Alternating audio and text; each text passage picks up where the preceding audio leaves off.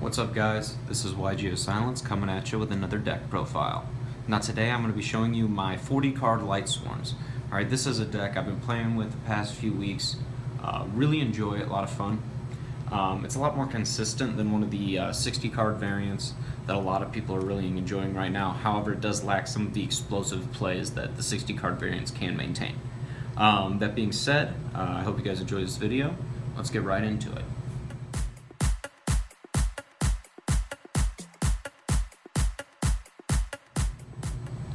Alright, starting off with the main deck, and guys, I do apologize if I seem kind of quiet or tired. It's well past midnight where I'm at, and I just wanted to get this video out as quickly as possible to you guys, just so you knew what I was playing with, what I'm trying to be competitive with right now. But anyway, starting off, I run 3 JD. JD is an excellent card in pure Lightsworns. If you've noticed some of the deck profiles of the 60 card variants that have been running around and doing a lot of things, they don't run JD. Because you just don't run enough Lightsworns to actually warrant running a JD and really relying on Minerva to hit the mills. With this deck, you run the same amount, but the thing is it's 20 cards less, you're hitting those targets a lot more, and so this deck can actually function as a kind of Minerva turbo, because Minerva is amazing in a pure Lightsworn deck with a lot of targets. JD is incredibly excellent, one of the best boss monsters in the game in my opinion, being able to just pay 1,000 and wipe the board whenever you want during your turn, and it mills 4 at the end phase. It's really, really good.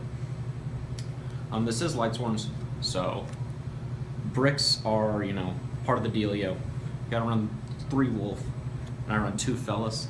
I play with, I've played with 3 fellas for a little while, tried that out, and it didn't brick really, but the thing is, I'm trying to get this glare out of the way, but fellas is just, you hit it sometimes off of like charge or, I played solar recharge for a little bit, I don't actually now, and that was somewhat of an issue, you just didn't get the mill that wolf did, and so I think with 2 fellas and 3 wolf, it's just fine. This is going to throw some people off. I only run 2 Raiden. Jeez, that glare is horrible. 2 Raiden, and then 2 Lumina. I only run 2 of each because, frankly, they don't do anything in the grave when they're milled except if it's off of Minerva or something.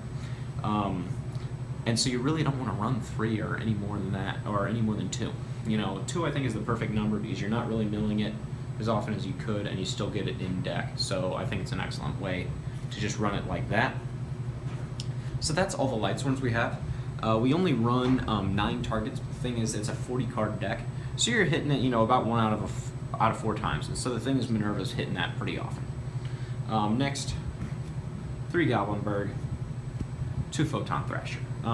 These are just excellent. You're trying to make Minerva as easily as possible.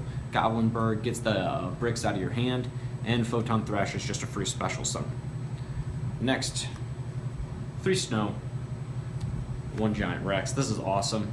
Giant Rex is great with Snow, in that once you get Giant Rex in grave, you can just keep banishing stuff, getting Snow out, and then Giant Rex comes out. If it's during your opponent's turn, and your opponent takes out your Giant Rex and your Snow, bring it back during your turn, you get to make a rank 4. Very, very good.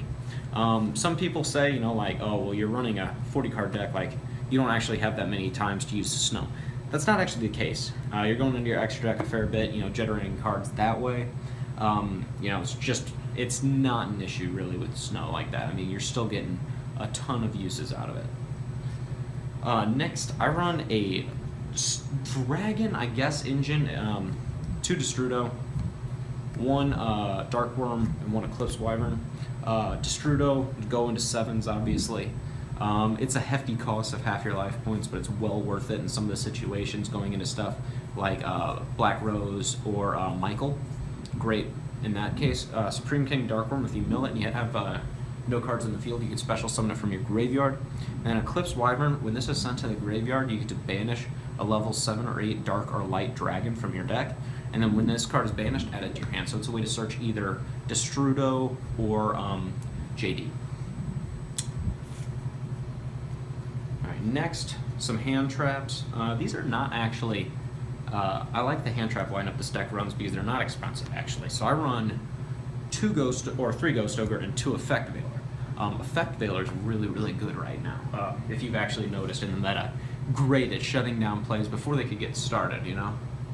And so I think it's an excellent way to do that. Ghost Ogre's really good. You could hit stuff like Electromite and just kill your opponent, you know, before they could get the play started. That's all the monsters. Let's go off to the spells. Alright, starting off with the spells. You know, this is a build deck, so you're running a lot of monsters and not that many spells, but the spells you do run are very powerful. So, 3 charge. Really good, obviously. It gets you any Lightsworn mill 3. I mean, this is incredible. This is one of the best cards in Lightsworns. 2 Dragon Shrine. This lets you send a variety of cards. If you want to special summon off of, you use it to send Supreme King Darkworm. If you want to get to your JD, send your Eclipse Wyvern, and you can send Destrudo if you want to get a 7 or something, go into Black Rose. Very, very strong. 1 Reinforcement of the Army, 1 Gold Sark, 1 Foolish Burial, 1 Soul Charge, 1 Monster Reborn. These cards should all be self-explanatory. Monster Reborn is busted in Lightsworn, it's busted in any deck. Soul Charge, again, free wins, you know, setting up boards that are just uncrackable. Very good. That's our spells. We don't run any traps. Now let's go off to the extra deck.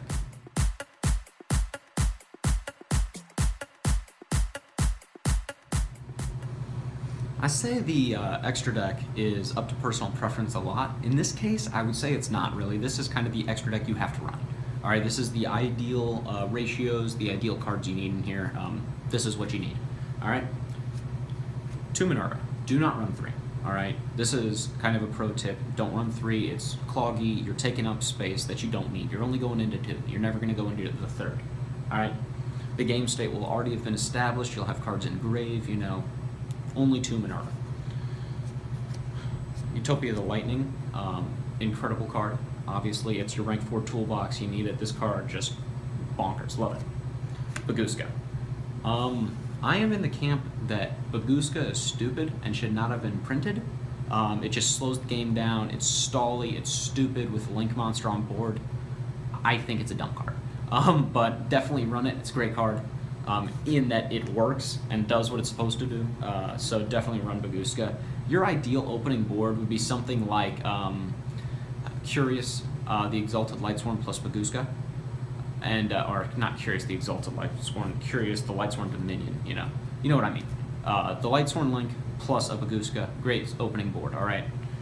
And then finally, Tornado Dragon. That's your Xyz, 1 Michael, 1 Black Rose, 1 Omega, and then 1 Red Dragon Archfiend, or Scarlet Red Dragon Archfiend. You know, Omega, don't run any more than 1. Well, I see a lot of people running in Lightsworns, you know, like 3, 2, you know, a lot. In the 60 card, you could get away with that because that's pretty much Cypher Lord Omega.deck, and that's fine for them, but this is the 40 card variant. You're not trying to go into like 3 Omegas and then just keep tearing stuff out of your opponent's hand. That's not how this deck plays. Alright, and then we do run 5 links. Saruja, Borreload, 1 Curious. This card is awesome. Okay, I'm so glad they gave this to Lightsworn and Lightsworn got a link. Curious is really good. Alright, you usually just send for Fellas, you know, get the Fellas out on the board and then mill 3. I mean, great. And then if this is destroyed, alright, somehow, because it is still a 2400 body, you know, if it's destroyed, add 1 card from your graveyard to your hand. Alright, that's really, really good because you could add JD, you could add a Regeki, anything you want. 1 Decode, 1 Proxy. I ran a Kashik in here for a little while, so I guess you could pull something for that. Like maybe if you don't have a Skull Dread, I would say you could pull for that, but frankly, this is the ideal ratios. Alright. Now that's our extra. Let's go off to the side.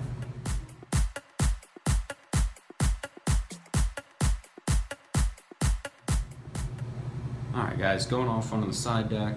Side deck is more up to personal preference than like an extra deck or a main deck. I have a few recommendations in here that I would highly recommend. Definitely you want some back row hate. Alright, Hate True Nate if you have it, awesome. Denko is a staple. And a few other cards just really, really help out. But again, 3 Denko, of course. Alright, it's a 4, you can make Xyz plays with it if you need to, and it just shuts down back row. Great card.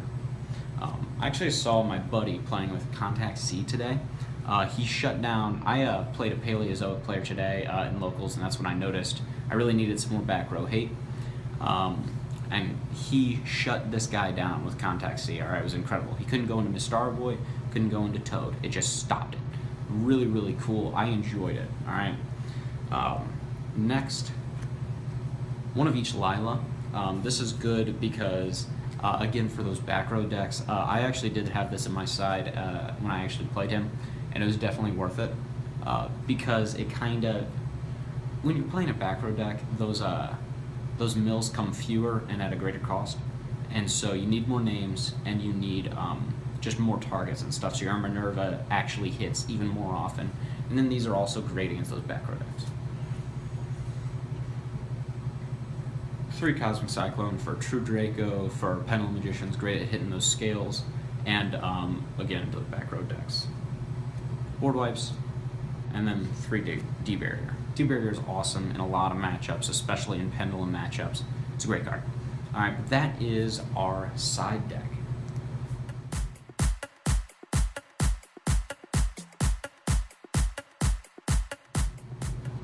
Alright guys, that was my Lightsworn deck profile. I hope you enjoyed it. This deck is something I really enjoy right now. I've been playing with it, non-stop for about 3 weeks.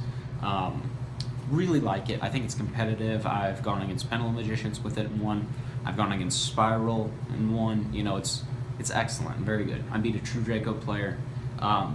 You really can't go wrong if you get the right hands and you know how to play with it. With that being said, I hope you enjoyed this video. Please feel free to like and subscribe, and I'll see you next time.